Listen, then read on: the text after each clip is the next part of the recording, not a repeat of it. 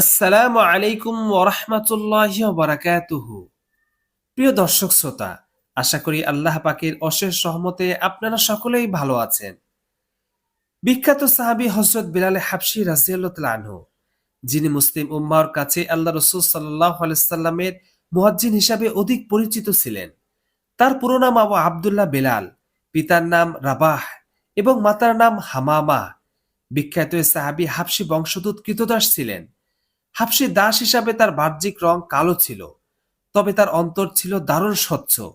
আরবের গৌরবর্ণ লোকেরা যখন অভিজাত্যের বিভ্রান্তিতে লিপ্ত হয়ে হকের দাওয়াত অস্বীকার করেছিল, তখনই তার অন্তর ঈমানের আলোয় উদ্ভাসিত হয়ে উঠেছিল। যখন অল্প কিছু মানুষ ইসলাম গ্রহণ করেছিলেন এবং মোটামুটি সবাই তাদের ইসলামের কথা গোপন রেখেছিলেন, তখন 7 ব্যক্তি প্রকাশ্যে মুসলমান হওয়ার ঘোষণা দেওয়ার দুঃসাহস দেখিয়েছিলেন। সেই 7 ব্যক্তির মাঝে অন্যতম ছিলেন বিলাল হাবশী রাদিয়াল্লাহু তাআলা আনহু। তিনি ছিলেন উমাই ইবনে খলফের গোলাম। তার ইসলাম গ্রহণের কথা শুনে উমাই ইবনে খলফ প্রচন্ড রাগান্বিত হয়। ইসলাম থেকে ফিরে আসার জন্য তার উপর চলতে থাকে সীমাহীন অত্যাচার, নির্যাতন।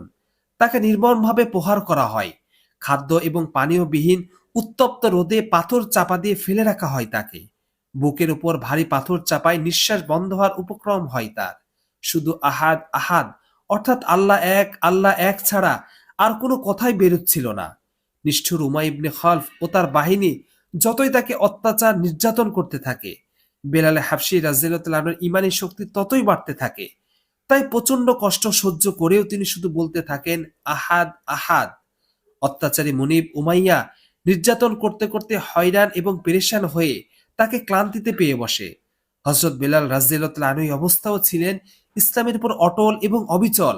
শত নির্যাতনেও তার ঈমানকে বিন্দুমাত্র টলাতে পারেনি ইসলামের দুশমন উমাইয়া। এক পর্যায়ে হযরত আবু বকর রাদিয়াল্লাহু তাআলা আনহু বহু চেষ্টার পর উমাই ইবনে খলফের কাছ থেকে বিলাল রাদিয়াল্লাহু তাআলা আনহুকে ক্রয় করেন। হযরত বিলাল রাদিয়াল্লাহু তাআলা আনহুকে ক্রয় করার পর তিনি দাসত্বের শৃঙ্খল থেকে তাকে মুক্ত করে দেন। স্বাধীন হযরত বেলাল রাদিয়াল্লাহু তাআলা আনহু মদিনায় হিজরত করার পর সেখানে ইসলামের প্রথম মুয়াজ্জিন হিসাবে নিয়োগ পান। মক্কার কুরাইশরা মদিনায় আক্রমণ এবং ইসলামকে নিশ্চিহ্ন করার লক্ষ্যে বদর প্রান্তরে উপস্থিত হলে সে যুদ্ধে হযরত বেলাল রাদিয়াল্লাহু তাআলা আনহু অংশগ্রহণ করেন। মক্কার জীবনে যে উমাইয়া ইবনে খলফ হযরত বেলাল রাদিয়াল্লাহু তাআলা আনহুকে নিষ্ঠুর নির্যাতন করেছিলেন, বদর প্রান্তরে তার সঙ্গে উমাইয়ার মুখোমুখি হয়। নির্যাতনকারী উমাইয়া ইবনে খলফের শেষ নিষ্পত্তি ঘটে হযরত বেলাল রাদিয়াল্লাহু তাআলা আনহুর হাতেই। শত নির্যাতনে হযরত বেলাল রাদিয়াল্লাহু তাআলা আনহু ছিলেন ইসলাম, মুসলমান এবং রিসালাতের জন্য নিবেদিত প্রাণ। আল্লাহ তাআলা মুসলিম উম্মাহকে হযরত বেলাল রাদিয়াল্লাহু তাআলা আনহুর মতো ঈমান এবং ইসলামের ব্যাপারে অবিচল আস্থা ও বিশ্বাসের অধিকারী হওয়ার তৌফিক দান করুন। আমিন।